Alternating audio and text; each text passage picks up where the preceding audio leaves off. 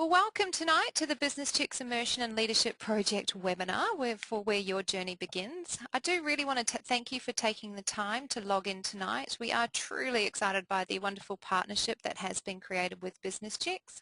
And tonight we'll be hearing from Cathy Burke. Cathy is the CEO of the Hunger Project Australia. Cathy has been the CEO for THP for the last 14 years and has extensive experience on the ground leading immersion and leadership trips, where she has learnt her most valuable lessons from the poorest of the poor. So I'd like to welcome Cathy tonight. Thank you. We'll also hear from Deb Kwasnicki. Deb was formerly a managing director for executive search firm Russell Reynolds Associates. She has recently returned home from 5 months on the ground with THP in Malawi. Deb will share with you some of her experience she's had on the ground and since returning to her home in Melbourne. So she joins us tonight. We hope that by the end of the session tonight you will be confident in the decision that you are right, that you are the right fit for the program, and that you'll be excited by the potential you see in yourself and the program. You may not have all the how answers, but we envision that you will see this as an opportunity to truly connect with like-minded others and to stretch yourself further than you have before. You'll hopefully feel that you're not alone in this journey, and most importantly that you are making a difference. This is your next step to being a leader, so welcome to tonight. I'm now going to pass you over to Cathy Burke, and she is going to take you through some of the trip itinerary and tell you a little bit more about what's going to happen on the ground. So over to you, Cathy. Well, thank you, Miss Millie, and hello everybody from the Business Chicks community. I am so excited about this partnership and to take two lots of extraordinary, courageous, bold and bright women from Australia to sit in the villages in Bangladesh and Uganda and learn, connect with the women in the villages, connect with each other, to bond and to really explore what we're capable of and what's our life about, what gifts do we have to contribute that will really express, I guess, the deeper purpose that we have for being alive and being alive particularly at this particular time in human history. So I've done many trips, but I'm really looking forward to this one, and we've got some different things set up for us to really have time to work with each other at a more profound level. So we're just going to catalyse, we're going to orbit into the stratosphere of life on this trip. I know that probably sounds a bit over the top, but we totally will. And I bring myself back to my very first trip when I went to Ethiopia so many years ago, and I went as one person and I came home another. And as Robert Frost said, that you took the path less travelled, and that has made all the difference. And so it's going to be great to be able to walk this journey with you all. So what I'm going to do is I'm going to give us an overview of the different trips. So we're going to zoom across to the wonderful land of Bangladesh, which is a country in South Asia. It's right next to India, as you can see on the map. And in fact, as I'm sure you're aware, it used to be part of India before partition in 1947, or 1946 rather, and it's a very poor country. I've been there many times, probably about 10 times now, and it's a country, it's about the size of Tasmania with 150 million people living in it. So it's crowded, it's flat, and it's hot, to quote Tom Friedman. So but the great thing about Bangladesh is that it has very little mineral resources and other resources. This is not the great stuff about it, but it's been nominated by Transparency International for 4 years in a row as the most corrupt country in the world. It's teeming with millions of people, so lots of strikes against it, but that has fermented a movement that the Hunger Project's created that taps into the spirit and the heart of a people so that they can rise up from a mindset of dependency and resignation so that they can free themselves from hunger. And there's a real resilience emerging through our work there, where people, the poorest, the most marginalised, the most dispossessed, are seeing themselves as the key to ending hunger. And it's extraordinary if you imagine being in a village, and you certainly will be in one soon, where you really have little opportunity, little freedom of movement, little education, and even with that you can come to a profound understanding that you're the key, and then to take a whole set of new actions to end hunger for yourself and your family and your community out of that. So Bangladesh is just, it's a place very dear to my heart, and we will experience a lot there. And the thing about Bangladesh too is that some of the signature programs for the Hunger Project that we do throughout Africa as well, namely the Vision, Commitment and Action Workshop that more than 5 million Bangladeshis have now done, and the Animators Training, where we train up volunteer leaders over a 4-day profound workshop, we're all instigated in Bangladesh. So we're really going to the heartland of the transformative work for the Hunger Project with this trip to Bangladesh. So I'm going to walk you through some of the stuff that we're going to be doing. It's going to be really cool. So we arrive in Dhaka, which is the capital city, and both for this trip and for Uganda, when you arrive, you'll be met at the airport on the first day, which is the 4th of September. We'll have a chance to all meet each other and start to create our relationship and our connection with each other, as well as be briefed by the Hunger Project Bangladesh on the work there. The next couple of days we're going to be going out into villages, so we'll hop into probably a really bad and uncomfortable bus. We'll spend hours on a really uncomfortable and potholed and crowded road. I'm just trying not to build up any great hope in your hearts.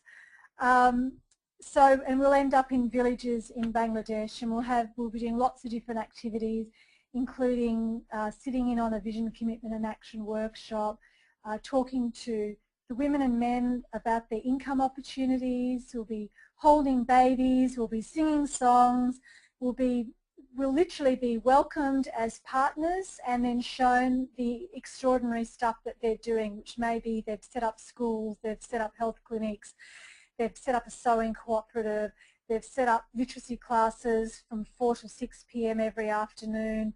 All of this is volunteer activity initiated through the trainings of the Hunger Project. Then we'll come back and we'll have a reflection day. So this is not a day when we're out in the villages, but it gives us a chance to ground our experiences, to work with each other, and we'll have the wonderful Deb Protter, who's actually on this call with us, who's spent a lot of time in Bangladesh with the Hunger Project there, and in fact helped create some of the programs that we did to transition to empowering women. And it's very wonderful that we'll have Deb with us, and she'll be able to work with us on creating our visions, our goals for our life, the legacy that we want to live, and a whole bunch of other stuff. So we'll be doing some profound personal and collective work in the middle of it. Then we'll go back out into villages and trainings and immersing ourselves in the thick and the flurry and the essence that is Bangladesh, and then we'll come back on the last day for more regrouping and really looking at how do we then take this out into the world. What does my expression of leadership look like?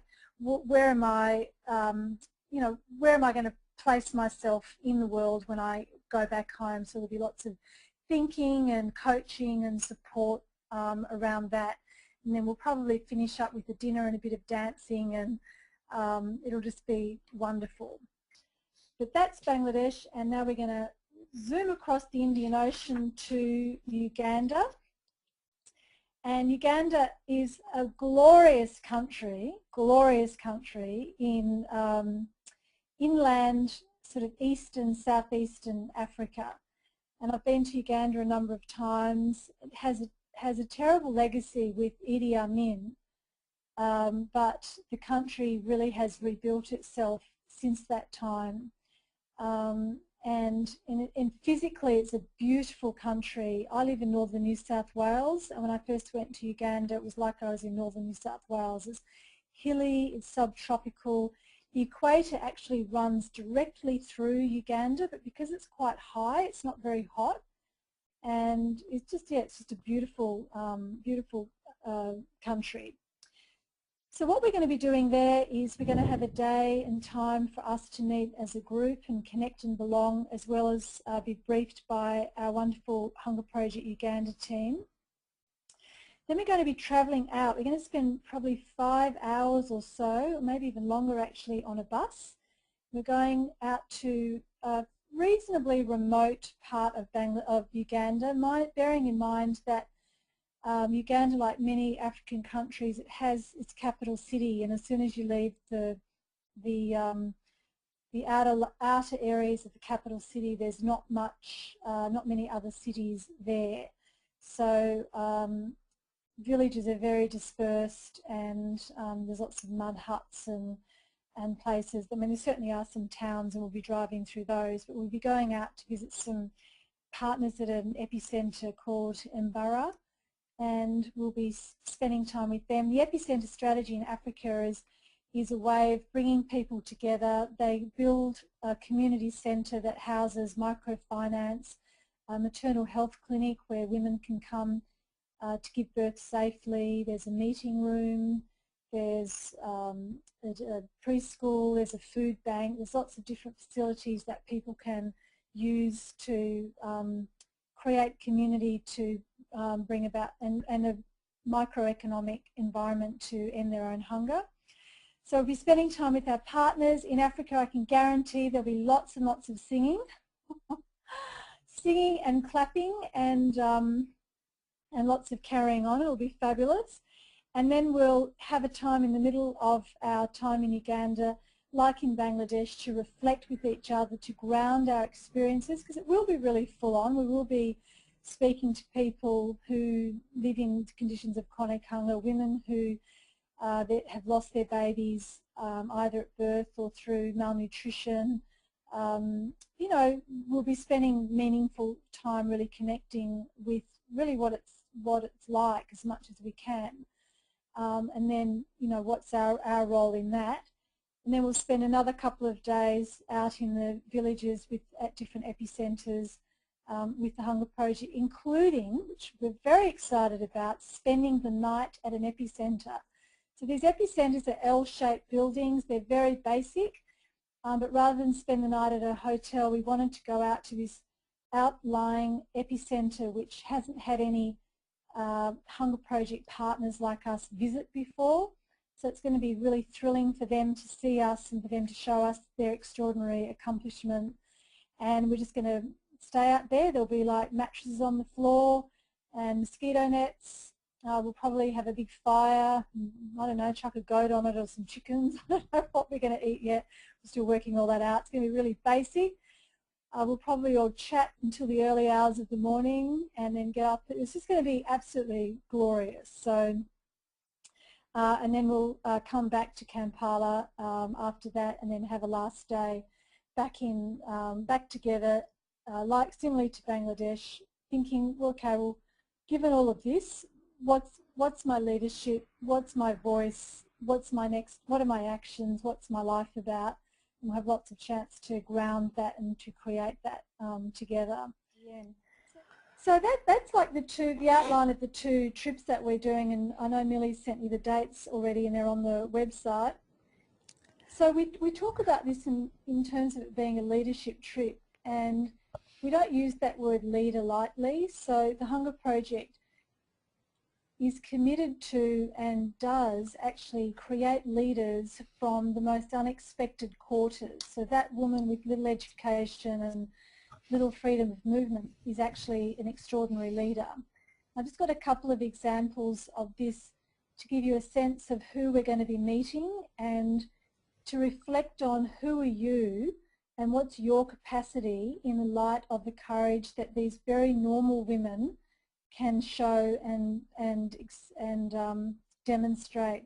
So who you can see now is a woman I met in Bangladesh a number of years ago called Rihanna, She, very no education, poorest of the poor young woman, and she, the Hunger Project started working in her community, and the Hunger Project is all local people, so her local trained volunteers were working there. She joined what they call a self-help group, and that's a group of about 20 women who come together once a week to support each other in their issues and in their struggle to feed themselves and their family. And one of the things that they do before each meal is that they put aside a fistful of rice, and that each week they pull that rice together, sell it at the market for some money in their local currency called taka, and then one woman gets to borrow that money. And one month it was her chance to borrow that money, and she bought some chickens, and this was her first time she'd ever had any business at all. And I know a lot of us business chicks women run our own businesses, so you can relate, I'm sure, to this story. She started off, she loved those chickens, she looked after them, they laid eggs, they did things that chickens do, and she paid off her loan. And eventually she had enough money and she bought a little cow, and then she was able to sell milk and do other things. And with her economic independence came a confidence that she hadn't had to look around her community to see what else she could do. And she found out that her 12-year-old female cousin was about to be married. Now, this is not at all uncommon in Bangladesh and India for that matter. But she thought, you know what, this is not going to happen. While I live and breathe, she's not going to get married. And she went to the family and said, you can't marry this girl. And they basically told her, we're going to marry her. Tough luck. She then went to the Imam, who's the religious leader, and said it's illegal to marry this girl. She's underage. You can't go ahead with this marriage, which showed enormous courage.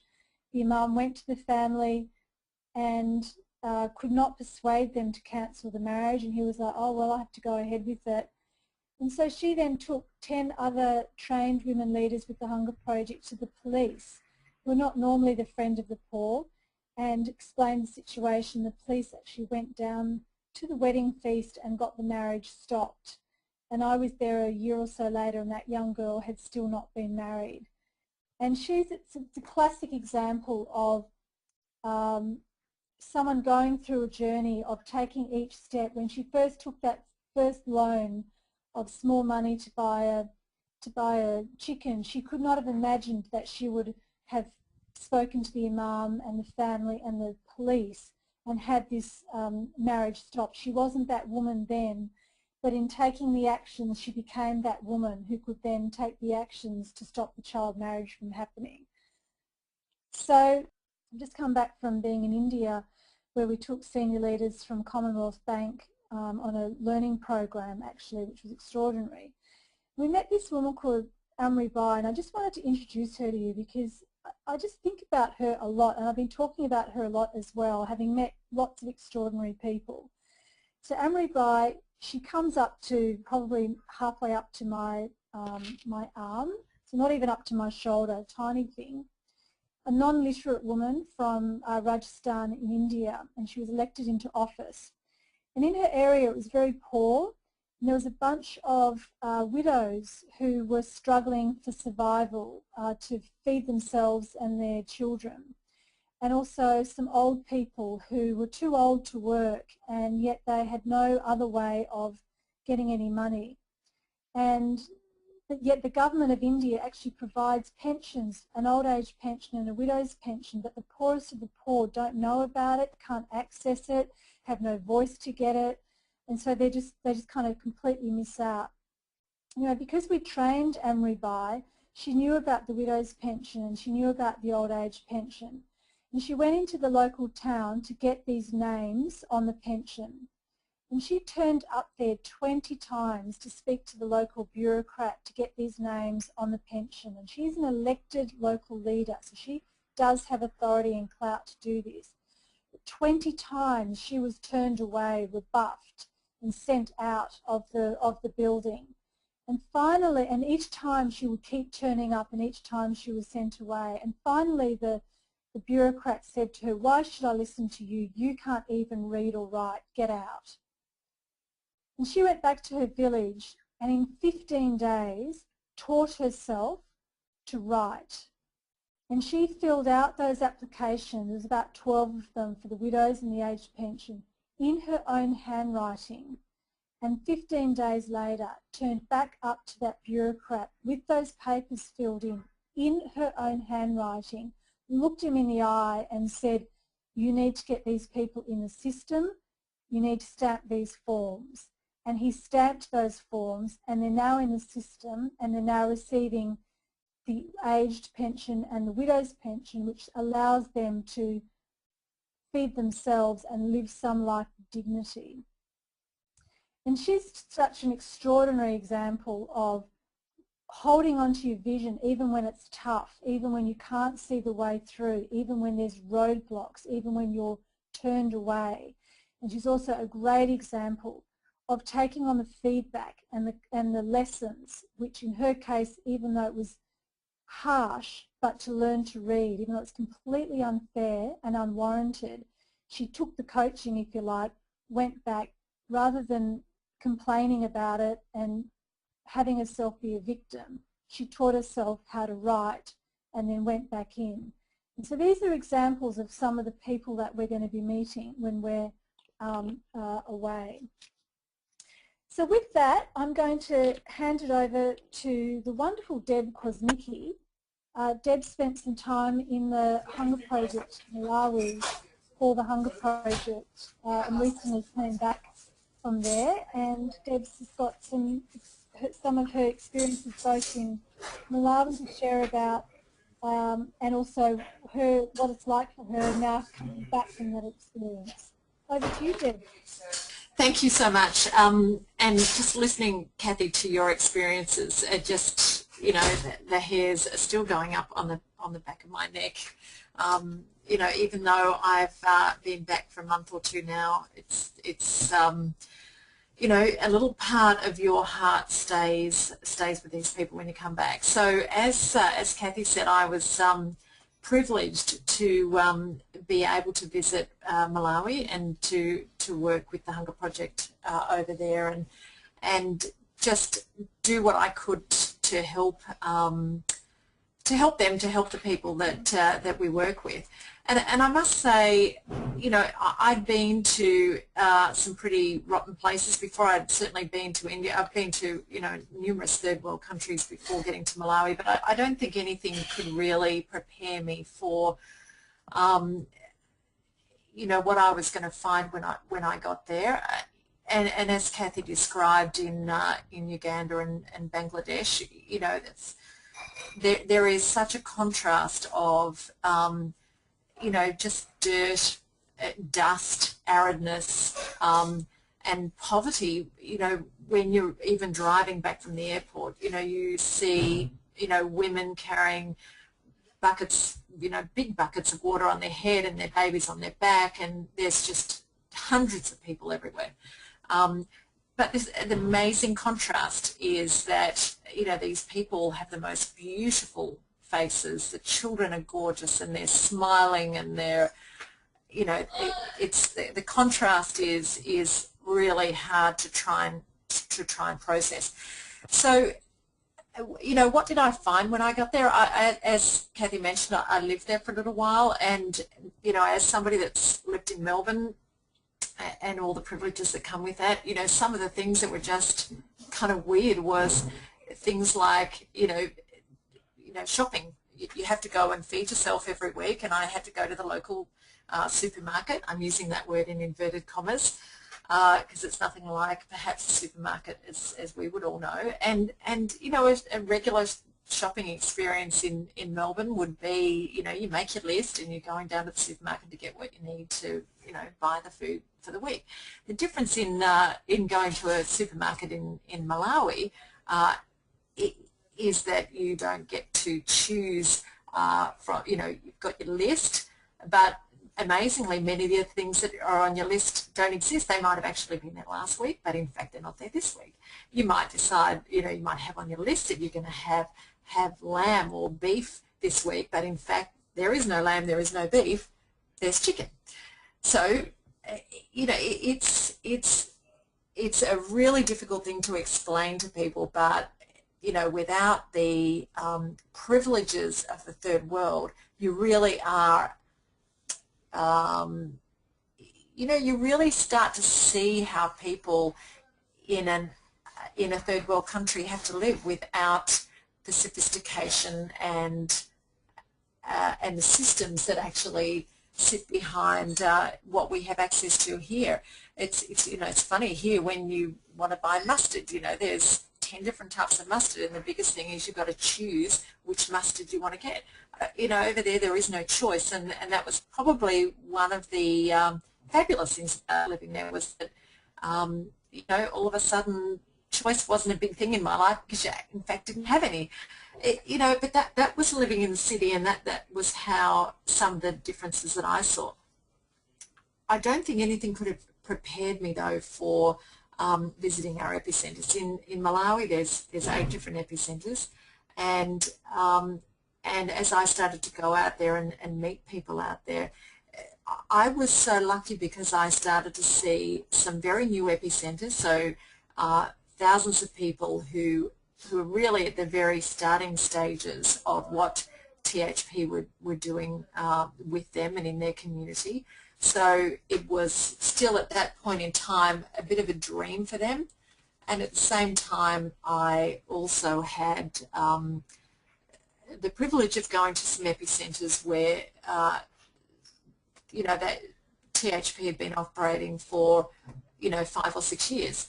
And so it was extraordinary to see the contrast and the difference in people who were still either at the early stages of this, you know, I love what I'm hearing, I love the concept that this can all make a difference. But I'm really not 100% sure. All I've ever known is hunger, and all I've ever known is poverty, and I can't really see, you know, I can hear the words, but I can't really see how it's going to make a big difference. To going out and seeing, you know, and meeting women who have been able to create, you know, through learning, you know, getting literacy and numeracy skills, to then getting access to credit, and then being able to generate some income of their own for the first time, and the pride that these people would have when they would invite you into their house, and you would sit with them, and they would tell you, and they would show you something that they'd purchased. It would be a bicycle, or it would be a couch, you know, to sit. You know, most of the houses we would just sit on the floor, but sometimes you go into and they'd sit in their couch, and they were so extraordinarily proud of the effort. And there's a woman who I met in one of the epicenters early on in my visit there, and I've not been able to get her out of my mind. Her name was Rose Dinga, and Rose is a widow. She has AIDS. You know, Malawi, AIDS is 20% of the population are afflicted by AIDS. Rose has only one eye left. She did have 8 children. Only 3 of them remain alive today, and one of those children, Dennis Denga, who I also met, as a result of Rose's work in being able to plant fantastic grain and grow an extraordinary yield of grain, and then to sell the excess from what she had, she was able to pay for Dennis to complete his schooling. Dennis then went on to be employed by the government, and he was also now an AIDS animator in the community. So he's actually become a leader, and he's going out and talking to people his own age about risky behaviours. And Rose was so extraordinarily proud of Dennis, and in fact while I was there I was thrilled to be invited to Dennis's wedding. And you know, it's just, you know, sitting down with Rose in her house, sitting on the floor together, and through an interpreter we were talking about, you know, her life and her children and my life and my children. And I think the most extraordinary thing that struck me is, you know, there but for the grace of God. I mean, there was nothing that separated Rose and I. We were just 2 women who had all the same dreams, we had all the same fears, and yet you know, I was born in Melbourne and she was born in Malawi, and we shared a great bond. You know, we talked about her AIDS and things that would help her, and I was sharing with her the fact that, you know, garlic and onion are two great things to add to your diet, and she didn't know how to grow garlic. So I was out in her garden, you know, piece of dirt, but her garden, and I was showing her how to plant garlic, and she promised me the next time I came back she would be growing garlic, and in fact later on when I did go back she was growing garlic, and you know, Rose, we created a bond, and I think we will have that bond forever. So, you know, I think just little tiny experiences that I thought were great, but you know, the real question is, how does this impact me, and what am I going to do it? You know, what am I going to do about this when I go home? What am I going to do with my life? I'd had a great career and, you know, climbed up the old corporate ladder, etc., etc. And you know, I think the thing that I decided when I was leaving, having gone through the budgeting session, and that was, you know, there's one thing that I can continue to help people like Rose, and that is, you know, it's just pure and simple. It's raising funds. I'm in a position where I've got extreme privilege. I'm, you know, I can come back to Australia, and through whatever means, I will be tirelessly, you know, working to raise funds for people like Rose, and you know, it's given me so much motivation, but it's also there's so much relevance. You know, I came back, I was telling Millie this story earlier today that, you know, I think a couple of weeks after I was back, my husband came home from work and he was telling me what a hard day he had. You know, he had this and he had a meeting with this and this thing broke down and the printer wasn't working. You know, and I said to him, darling, I love you, but I've got to tell you, you don't know what a hard day looks like. And if there's one thing that I would continue taking with me to my grave, it's the recalibration of what hard life is, and it's been the most impactful thing I have ever done in my life and will ever do in my life. Wow. Beautiful. Beautiful. Well, Cathy, thank you, Deb. That's fantastic. It's been wonderful hearing your story and seeing your journey on both sides as well. Cathy, can we pass it back to you for a little bit to talk a little bit more about the leadership component and some of the expectations? Thank you. This is the last bit before questions, so hold on to your hats, everybody. Your turn is coming up. Millie's asked me to talk about sort of what our expectations are. This picture you can see at the moment is of us, like a couple of weeks ago we just got back from India with CommBank, as you can see, there we all are. So Millie's got a couple of little quotes up, I'll just go through these. These came from some of the trippers that CommBank did. So this is one of the quotes, that these women have accepted that change is part of living. By accepting circumstances that cannot be changed, allows them to focus on what they can alter. Quite profound. The women that we train moved towards goals. They take action today to move in the direction that they need to go. And secondly, they take decisive action. They don't just detach and wish the situations will go away.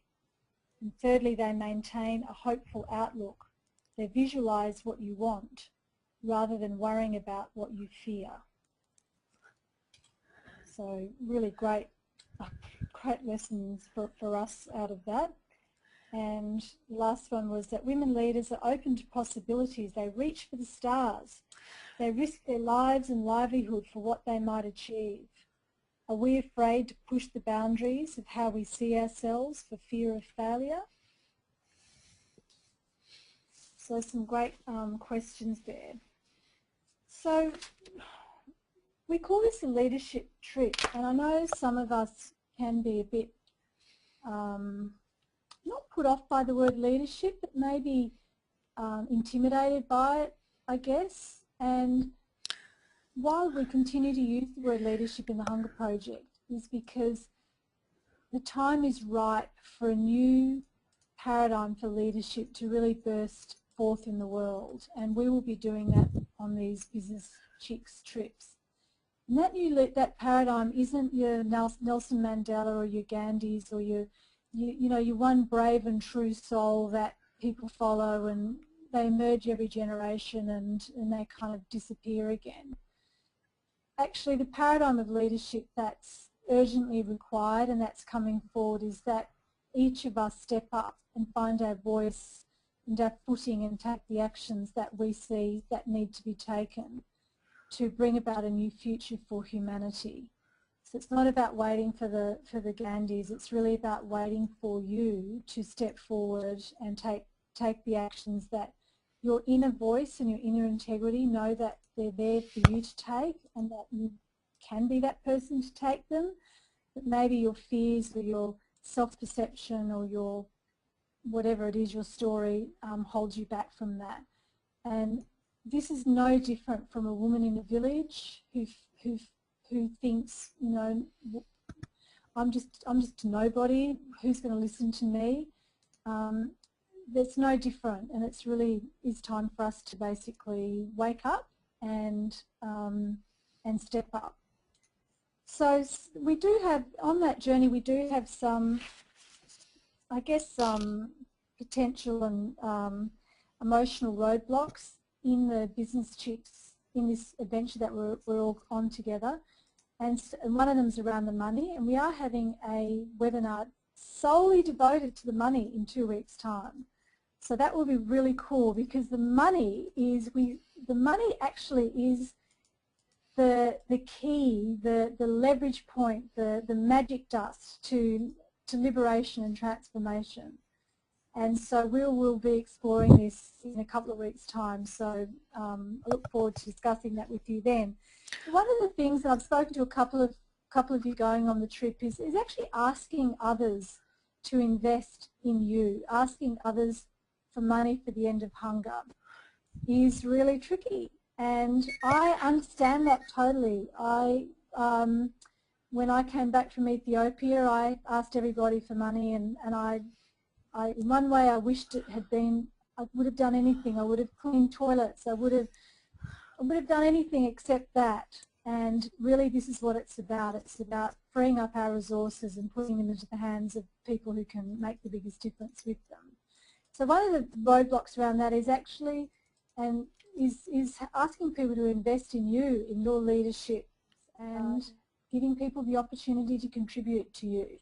You don't have everything handled, you don't have everything worked out.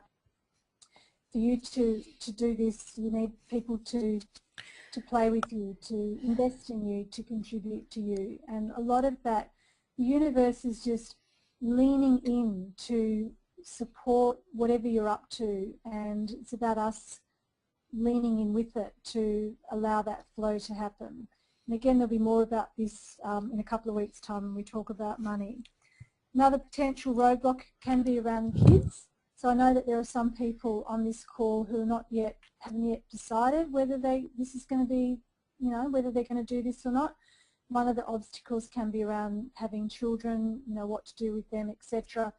I know that. I was 2 when my child was 2 rather, when I went on my first as an investor in the Hunger Project, and she had an absolutely fabulous time being looked after by somebody else, and I've subsequently neglected my children terribly since then. And you know what, they've actually turned out really well. And in fact, my children are so well adjusted. They're 21 and 18 now. People say to me, wow, how did you do that? And I say, they were raised with a healthy degree of neglect. So I don't know if that helps you, but having parents who are turned on and living their dream, following their bliss, as Joseph Campbell would say, is the best thing for healthy, adjusted children, I believe.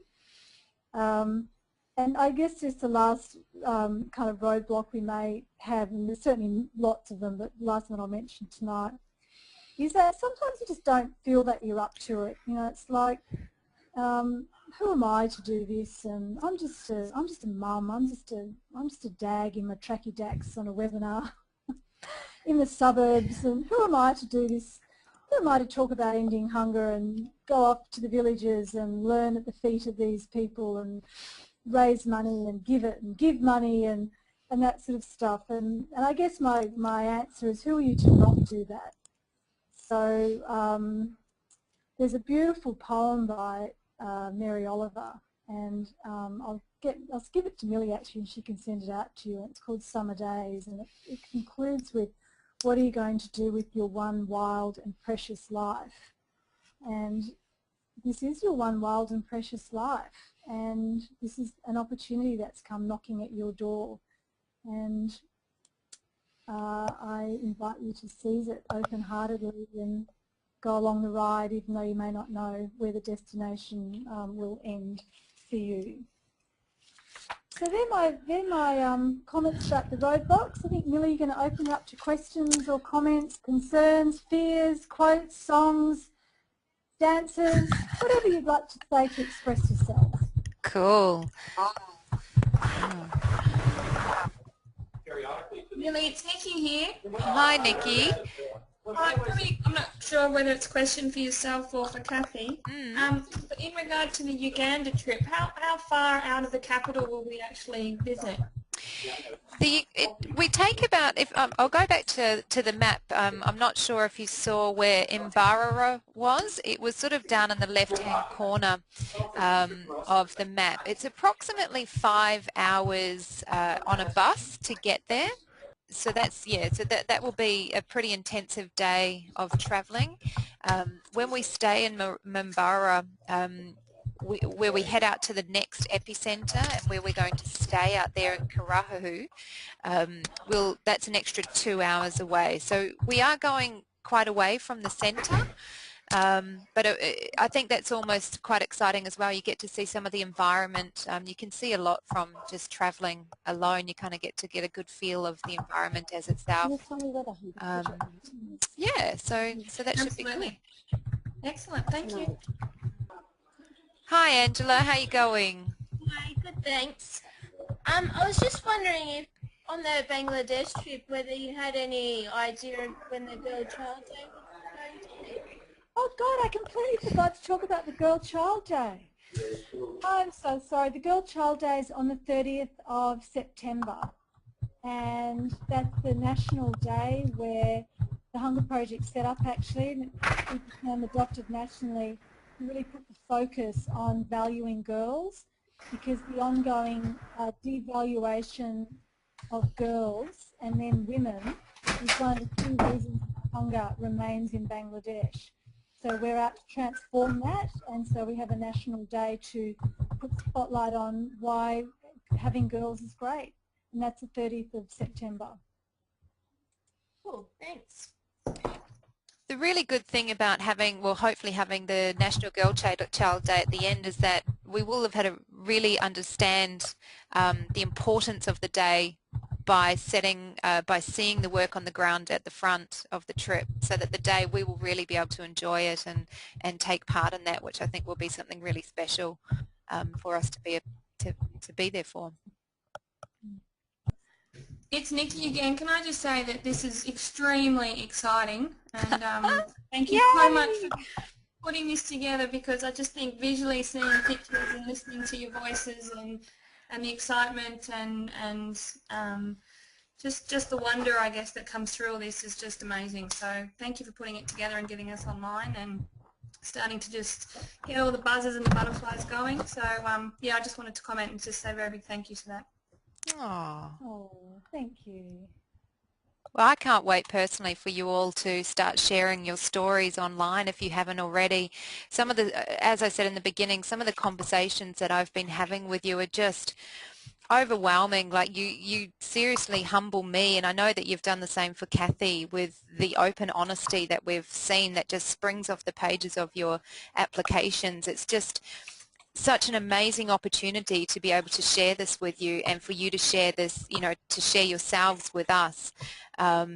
We're just amazed. So I thank you all for doing that and putting your hand up to be a part of this, because I know it's a challenge, and that's just really exciting about it. We've just had one question come through which just says, do we organise our own flights?